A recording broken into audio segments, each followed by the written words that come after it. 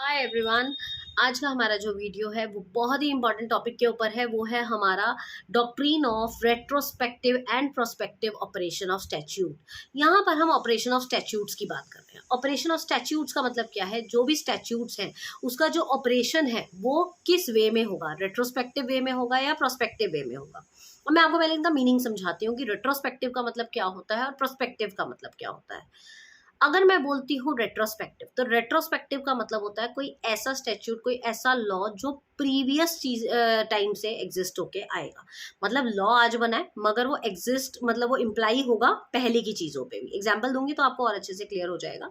But prospective का मतलब क्या है? प्रोस्पेक्टिव ऑपरेशन का कि अगर अब कानून बना है तो वो अभी से लेके फ्यूचर के केसेस पे अप्लाई होगा, एप्लीकेबल होगा। जैसे कि मैंने ये कहा कि आज एक नया लॉ बना है, ठीक है, कि ये नया लॉ है और इसकी ये पनिशमेंट है। पहले इसकी पनिशमेंट 3 साल थी, अब इसकी पनिशमेंट 7 साल है। अब ये वाली जो चीज़ें हैं ये अगर पिछले जितने केसेस गए हैं उन सब पे एप्लीकेबल होगी। जो बंदे उसके क्रिमिनल्स उसके अभी तक जेल में पड़े हुए हैं और उनके ऊपर ये एप्लीकेबल होगी, तो वो रेट्रोस्पेक्टिव ऑपरेशन ऑफ स्टैट्यूट्स माना जाएगा, जिसमें पिछले केसेस पे भी चीज़ें अप्लाई होती हैं। बट अगर वो जो नए स्टैट्यूट्स बने हैं वो सिर्फ अभी के जो चल रहे हैं केसेस और जो फ्यूचर में आएंगे उनके ऊपर एप्लीकेबल है, तो वो प्रोस्पेक्टिव ऑपरेशन ऑफ लॉ कहलाता है। रेट्रोस्पेक्टिव मतलब जो आज लॉ बने हैं मगर वो प्रीवियस लॉ पे भी अप्लाई होंगे, प्रीवियस जो केसेस हो चुके हैं उन पे भी अप्लाई होंगे, उसको कहते हैं रेट्रोस्पेक्टिव ऑपरेशन ऑफ स्टैट्यूट्स या रेट्रोस्पेक्टिव ऑपरेशन ऑफ लॉ।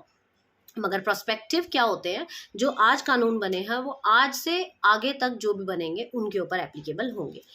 इसमें एक छोटे सा एक्सेप्शन है। जो रेट्रोस्पेक्टिव क्रिमिनल जो रेट्रोस्पेक्टिव ऑपरेशन होता है वो क्रिमिनल लॉ केसेस पे एप्लीकेबल नहीं होता।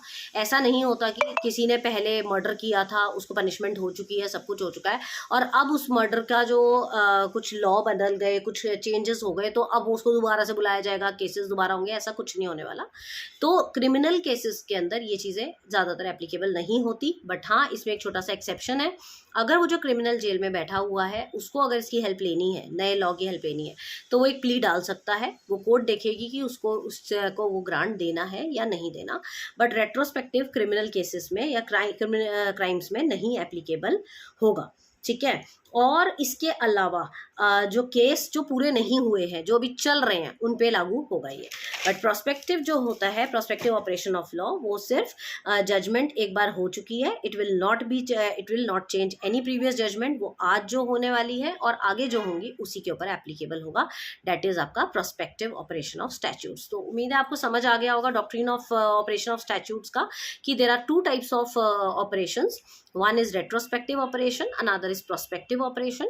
Retrospective is law is made and it will be applied in previous cases also, but prospective वाले में law is made and it will be applied in present and in future cases.